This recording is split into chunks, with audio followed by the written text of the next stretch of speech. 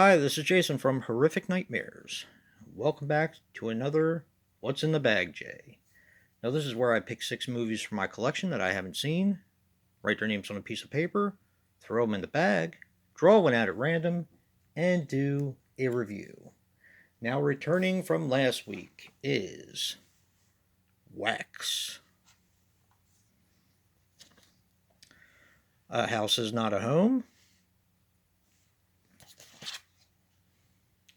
Phase 4. Bloodbath in the House of Knives. Haunted Asylum.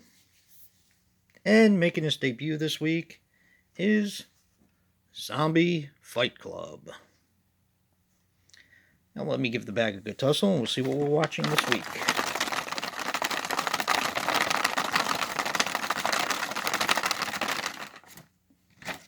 Alright.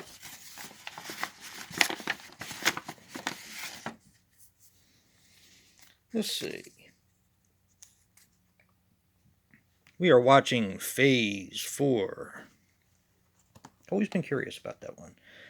Now I'm going to set this aside while I set all the other movies side by side, and take my trusty Freddy vs. Jason die. And we're going to see what comes back next week. Now remember, if I roll a Freddy vs. Jason, I have to roll again. Alright.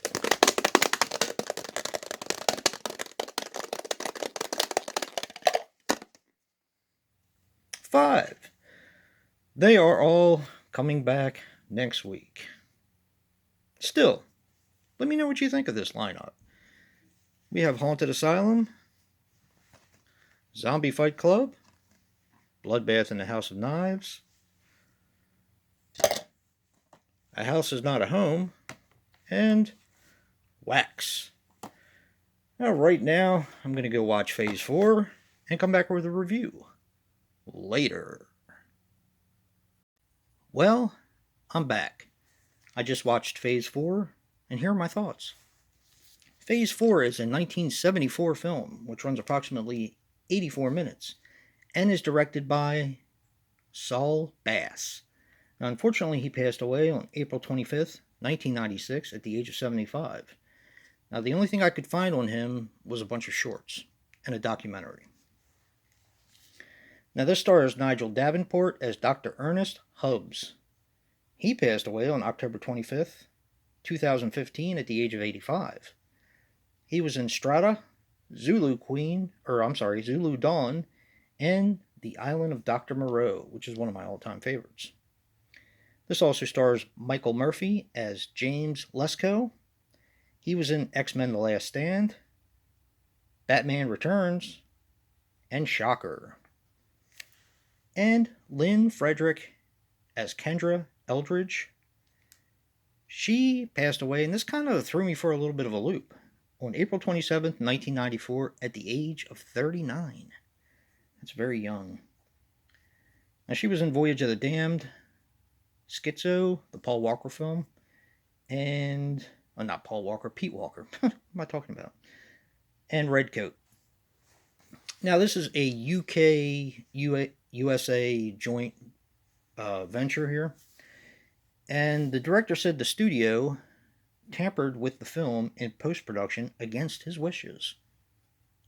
Imagine that.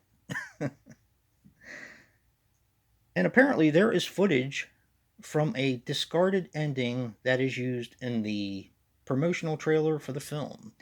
And when I was originally doing research and after I watched the film, I hadn't seen the trailer. So right before doing this video, I watched the trailer, and yes, there is. And I kind of wonder where it would have went from there. But anyway. And the last interesting thing is Linda Blair was considered for the film. She had several callbacks. The director really liked her. Saul Bass really liked her. But the film company ultimately said no because they thought she was too young and too expensive. All right. Phase 4. This is a nasty little film. Not nasty as in dirty or whatever. It's just It's a what if film, and to me, it had an ending that kind of stayed with me. I'm going to get into a brief synopsis. I don't want to give too much away, but of course, you see an ant here on the front, and that's basically what it's about. There is like a solar eclipse in the beginning, and from what they explain, there's a magnetic force that is pulling the Earth. From what from there, what happens is ants get a almost like a superhuman intelligence and are able to work together. So you have your Dr. Ernest Hubbs and the other guy, and they pick up a girl along the way, which is Kenda Eldridge, and they're in this uh, kind of like a station in the desert where they're doing research on the intelligence of these ants. And it's amazing because the ants are adapting. They're doing things that ants shouldn't be able to do. They're building these uh, towers almost in record time. I mean, they're actually working together. Ants are incredible creatures, anyway, in my opinion. But with the super intelligence, they in being able to fight back and communicate, it makes them that much more of a threat. Now, as I said, they are trying to communicate with the humans inside of the space station. And not space station, like a base in the desert. It looks like a space station, though. It's kind of weird looking. Almost looks like an igloo, but it's really big. So when they try to reach out and communicate with us, they're the main doctor, Dr. Ernest Hubbs, is just as easy to go out there and blow up um, their towers and stuff like that because he feels like they're getting too intelligent and they pose too big of a threat. Of course, the other guy, um, James Lesko, he wants to communicate with them and find out what they want. And let me tell you something. This had an ending. See, that's okay. This is one of the things I love about 70s science fiction horror films is they really went out and tried to do something different, something that had never been done before, and something that you kind of thought was possible at the time because of technology being so primitive. I'm able to put myself back in that time period and kind of come at it with fresh eyes, even knowing that it's pretty far fetched what they were going for. But this had an ending that actually stayed with me, and I thought it was a great movie. Some people aren't going to like it if sci-fi horror isn't your thing. You may want to skip this one, but this is a fantastic film in my opinion. And the thing that got me the most was the I don't know how the cinematographer or Saul Bass or whoever got the ant footage that he got, but it is freaking brilliant. You see all these movies like Empire of the Ants where you have the big ants on the TV, and this is not about big ants. This is about a colony of ants in the desert ants, who are adapting and learning how to um,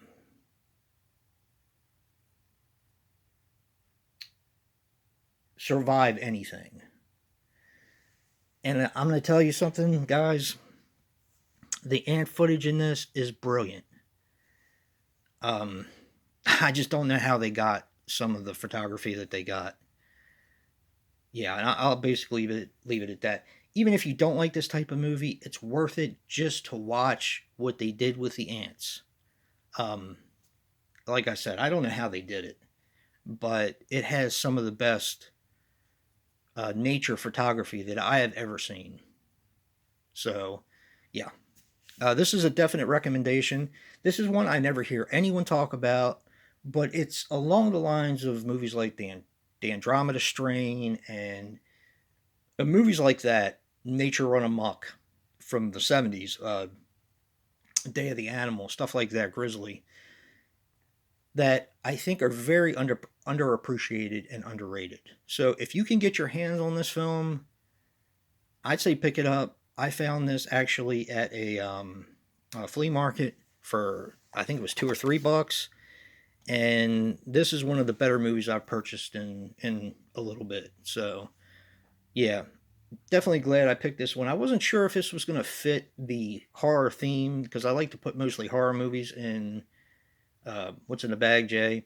But this definitely fits the theme, and if I'm not mistaken, if you guys, if I'm wrong about this, please say something. But I think Kino Lorber might have put this out on Blu-ray. I don't know if I'll upgrade, but I really like this film. So yeah, take that for what it's worth. And all the movies are coming back anyway, so there's no need to vote. But if you feel inclined, definitely tell me the one that you're interested in me reviewing. Yeah. And if you like what you see in here, hit that like button and subscribe. And until next time, peace.